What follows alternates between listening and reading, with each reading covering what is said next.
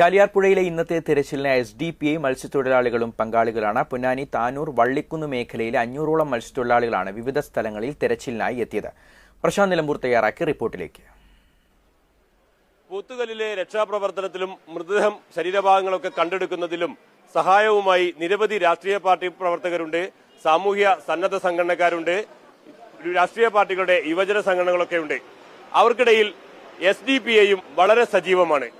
അവർ നേതൃത്വത്തിന്റെ തീരുമാനമനുസരിച്ച് വലിയൊരു കൂട്ടമായി എത്തി ഈ ചാലിയാർ കടവിന്റെ വിവിധ ഭാഗങ്ങളിലേക്ക് അവരെ ഏൽപ്പിക്കുന്ന ചുമതല, അവരെ ഏൽപ്പിക്കുന്ന സ്ഥലങ്ങളിൽ കൃത്യമായി പരിശോധന നടത്തുന്നു. പോലീസും അതുപോലെ തന്നെ റവന്യൂ ഉദ്യോഗസ്ഥരുമായി ഒക്കെ കൂടിയാലോചിച്ച് അവരുടെയൊക്കെ നിർദ്ദേശങ്ങൾക്കനുസരിച്ചാണ് പ്രവർത്തിക്കുന്നത്.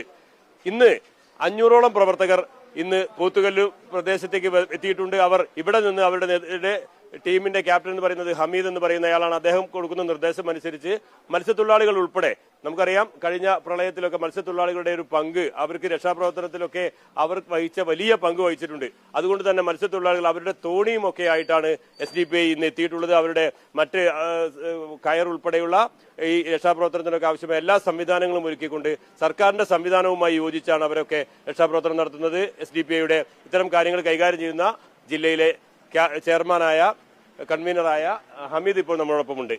എന്തൊക്കെയാണ് ഇന്ന് SDPIയുടെ? ഇന്ന് നമ്മൾ ജില്ലയിലെ വിവിധ മണ്ഡലങ്ങളിൽ നിന്ന് തെരഞ്ഞെടുത്ത ഏകദേശം 500 ആളുകൾ ഇന്ന് ഇവിടെ എത്തുന്നുണ്ട്. നമ്മൾ ഇവിടുന്ന് പോത്തുകല്ലിലും അതുപോലെ തന്നെ ചുങ്കത്തറയിലും പ്രവർത്തകരെ ഇറക്കിയിട്ട് 2 ടീമായിട്ടാണ് നമ്മൾ ഇതിനു വേണ്ടിയിട്ട് ഇറങ്ങുന്നത്. നേരത്തെ പ്രശാന്ത് സാർ പറഞ്ഞതുപോലെ തന്നെ നമ്മൾ മത്സ്യത്തൊഴിലാളികളടക്കം ഇതിന് വിദഗ്ധരായിട്ടുള്ള പൊന്നാനി മുതൽ വള്ളിക്കുന്ന് വരെയുള്ള ഭാഗങ്ങളിൽ നിന്ന് തെരഞ്ഞെടുത്ത മത്സ്യത്തൊഴിലാളികളും മലയോര പ്രദേശത്ത് നിന്നുള്ള തെരഞ്ഞെടുത്ത 2 മേഖലയിലുള്ള ആളുകളെയാണ് ഇതിന് രംഗത്തിറക്കുന്നത്. നമ്മൾ ഏകദേശം ഈ 4 ദിവസങ്ങളിലായി ഞങ്ങൾ 402 പ്രവർത്തകർ ഇവിടെ ഈ പ്രദേശത്ത് ഞങ്ങളുണ്ട്. അതിൽ 49 മൃതദേഹങ്ങളാണ് ഞങ്ങളുടെ പ്രവർത്തകർ കണ്ടെടുത്തിട്ട് ഇതാക്കിയിട്ടുള്ളത്. അതുപോലെ മനുഷ്യ ശരീരങ്ങൾ അതിലേക്കേറെ. ഇത്തരം കാര്യങ്ങളൊക്കെ ചെയ്യുമ്പോൾ സ്വാഭാവികമായ ഒരു ദുരന്തമുഖത്ത് ആദ്യം ആവശ്യമുള്ളത് പ്രാദേശികമായി ഇത്തരം ആളുകളൊക്കെ തന്നെയാണ്. ഇവരെയൊക്കെ ചെയ്യുമ്പോൾ നിങ്ങൾക്ക് ഇതിൽ കിട്ടുന്ന ഒരു ഫലം എന്താണ്? അതായത് സാമ്പത്തികമായ സഹായമൊന്നും ചിലപ്പോൾ കിട്ടാറുണ്ടാവില്ലല്ലോ. നിങ്ങളെ കയ്യിൽ നിന്ന് പൈസ ചെലവാകും, ഇവരുടെ പലരുടെയും തൊഴിൽ, ആ ദിവസത്തെ ജോലിയൊക്കെ നഷ്ടപ്പെടും. എന്താണ് അതിനകത്തൊരു രാഷ്ട്രീയം എന്നാണ്? ഇതിൽ ഞങ്ങൾ രാഷ്ട്രീയം എന്ന് പറഞ്ഞു കഴിഞ്ഞാൽ ഞങ്ങൾ സമർപ്പണമാണ്. ഞങ്ങൾ പൊതുപ്രവർത്തന മേഖലയിൽ ഞങ്ങൾ വേറൊരു ലെവലില്ല. ഞങ്ങളിത് ഏതെങ്കിലും ഒരു രാഷ്ട്രീയത്തിൽ വോട്ട് കിട്ടാൻ വേണ്ടിയിട്ടോ അല്ല.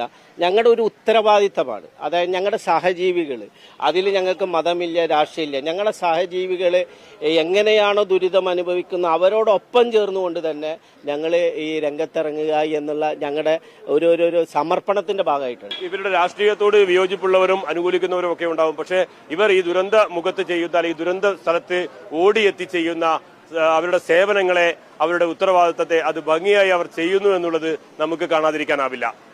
ചുങ്കത്തറയിൽ നിന്നും വൈഷ്ണവ് കൃഷ്ണനൊപ്പം പ്രശാന്ത് നിലമ്പൂർ, ഏഷ്യാനെറ്റ്.